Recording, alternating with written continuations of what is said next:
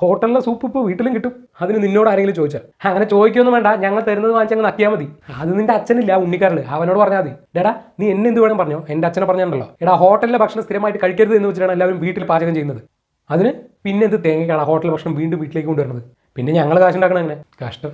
ശരി, എന്താ നിന്റെ flavour? Italian mushroom soup. Oh, എന്നിട്ട് അതിൽ മഷ്റൂം ഉണ്ടാവും. പിന്നെ മഷ്റൂം ഇല്ലാതെ എങ്ങനെ? പാക്കറ്റിന്റെ ഫ്രണ്ടിൽ കണ്ടില്ലേ? പാക്കറ്റിന്റെ ഫ്രണ്ടിലല്ല, ഉള്ളിലാണ് വേണ്ടത്. ഉള്ളിലൊക്കെ ഉണ്ട്. എത്ര ശതമാനം? വെറും 2.5% മാത്രം. പിന്നെ എത്ര വേണം? പിന്നെ സൂപ്പിന് എന്ത് ഡേടാ തെറി പറയരുത്. മൈദ എന്തിനാണ് ചേർക്കുന്നത് എന്നാണ് ചോദിക്കാൻ വന്നത്. അത് പിന്നെ തിക്നെസ് വേണ്ടേ? നിന്റെ ഇൻഗ്രീഡിയൻസിൽ ഏറ്റവും കൂടുതലുള്ളത് മൈദയാണ്. പിന്നെ പാം ഓയിലും വെജിറ്റബിൾ ഫാറ്റും. കഴിഞ്ഞില്ല. നീ നിന്റെ ഓതറൈസ്ഡ് വെബ്സൈറ്റിൽ എന്താ കൊടുത്തിരിക്കുന്നത്? വിത്ത് ലോട്ട്സ് ഓഫ് വെജിറ്റബിൾസും വിത്തൗട്ട് ആഡഡ് ഫ്ലേവർ എൻഹാൻസേഴ്സും. യെസ്, ഒണിയൻ പൗഡറും ലീക്സും. ആകെ ഉള്ളത് 0.4% മാത്രം. ഇതാണ് അതിൻ്റെ ലോട്ട്സ് ഓഫ് വെജിറ്റബിൾസ്. പിന്നെ ഫ്ലേവർ എൻഹാൻസർ ഇല്ലയെന്നും പറഞ്ഞു.